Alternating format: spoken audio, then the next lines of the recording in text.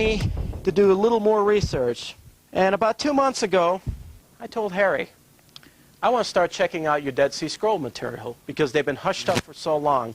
This is one thing that bothered me for years. What is this big hush-up deal over the Dead Sea Scroll? Another thing bothered me. I know this Semitic scholar who lives in Beverly, Massachusetts, known as Dr. Cyrus H. Gordon.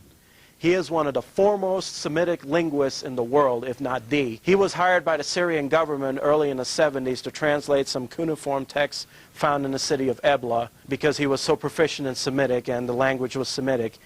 Anything that was found ancient and Semitic, Dr. Cyrus Gordon was there to write about it because he was the best.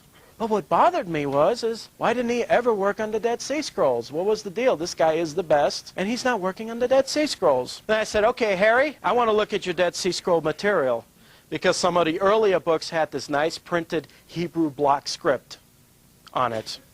And with the translation, I said, that's not good enough. I want to see Dead Sea Scroll fragments. He had them. He dug them up and he had them. Well, there's one funny thing I noticed. All these Dead Sea Scroll scholars, these religious scholars, are saying that they date anywhere from 200 to 300 BC to maybe 100 AD to the time of Christ. Okay, well, I've had plenty of other inscriptions, Semitic inscriptions here, from that time era, all written in cursive Phoenician, which you can all come and look at and explain.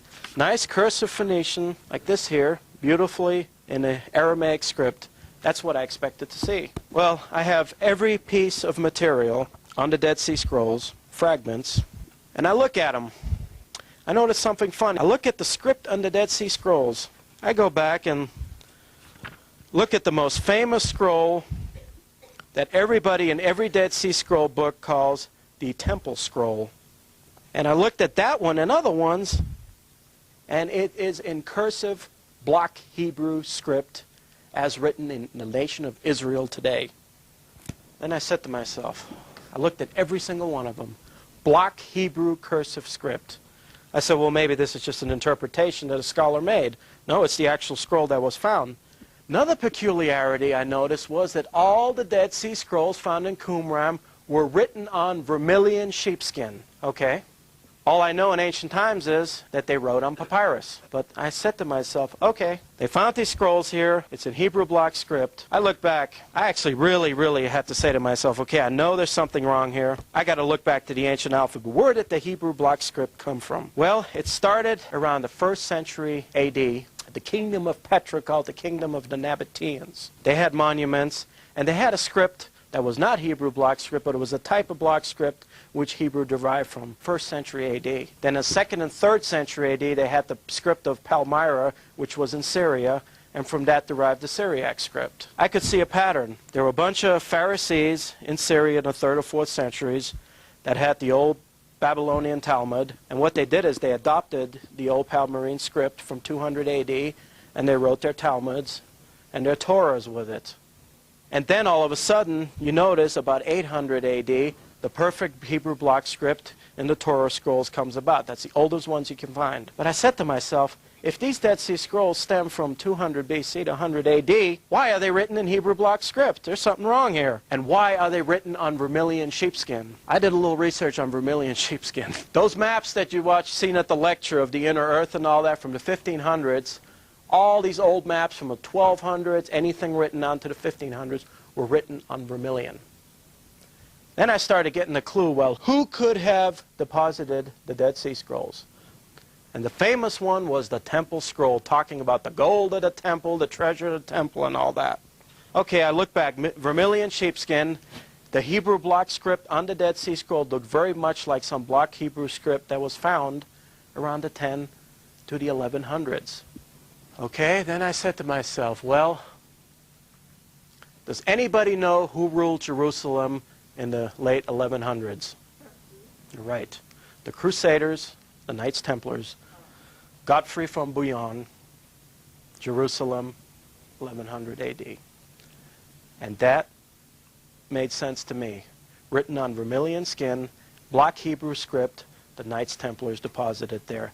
They took some Pharisee Jewish rabbis with them to codify a history and an Old Testament. They needed something to prove the originality. That's what I came up with. Knights Templars. They deposited them there. They had to create something to make them look like that they have a right to that land. So what they did is they took a Jewish Talmud scholar, brought him with them, and told him, okay, we have the Old Testament and the Bible as there, but we want to write our own version. And they wrote it on vermilion because they had no access to papyrus at that time. Egypt was under the Muslims, and they didn't use it, but they had no access to papyrus. So the only thing they knew was vermilion sheepskin. That's all they had to write on, and that's what they did. And they deposited in the Qumran caves the great temple scroll, all the old books of the Old Testament, everything, put in there and sealed up. Well, eventually they were driven out by the Muslims, and one thing I don't understand is that Qumran area was very well traveled. Now, either somebody was guarding it the whole time, who knows. But the peculiar thing was that in 1947 they were found when the State of Israel was created. The State of Israel was created, and boom, these Dead Sea Scrolls were found right there in the Qumran caves. And just happened, some shepherd boy just happened to come by and throw a stone in there, and oops, well, we got to look in here. Nobody ever, didn't dawn to anybody to look at it before. So what I'm thinking, maybe somebody was there the whole time for centuries guarding it or something and told them, stay away, and okay, let's open the doors and seals, and one of these Arabs will find it, and we got this great discovery. So now this explains to me what the whole hoopla was over the Dead Sea Scrolls. It wasn't the content of the scrolls or the information. I think it was that somebody, an intelligent scholar, would be able to detect that it was written in the block Hebrew script and not in the old script it should have been written in, and would have called a fraud on it. So they took their time in releasing it.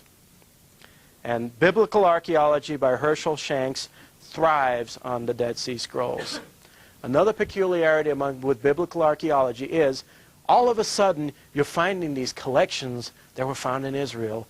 You can go anywhere in Jerusalem now and dig. An Israeli archaeological expedition will dig in Jerusalem, and they're guaranteed to find artifacts saying King David on there in English syntax. Recently, they found the tombstone of Caiaphas, written in block Hebrew script. We found the tombstone of Caiaphas, one of the Pharisees that judged Christ. Just popped out of nowhere. Nobody's seen it before, but now I think you can even buy it now. Probably in extra fine condition. You have that piece of paper you showed me earlier today? Okay. Harry found something very peculiar. I'll show it. From the Sadiq Gallery, there was a piece of paper there. It said that you can buy a Hebrew scroll on vermilion from 1100 AD for $49,000. Hebrew block script scroll on vermilion for $49,000. And they tell you, 1100s, that's an actual one from the 1100s on sheepskin for $49,000. So that explained to me it was the same thing as the Dead Sea Scrolls, that they got it somewhere else. There it is. So I'm asking myself, okay, put all this together. The Knights Templars deposit the scrolls there. The State of Israel gets created, which for a lot of people know that the whole thing was owned by the Masons and the Templars, and they owned the whole state and everything. These scrolls get committed. So why did they do that? Well, I guess they're trying to use religion as a form of control. Religion as a form of control.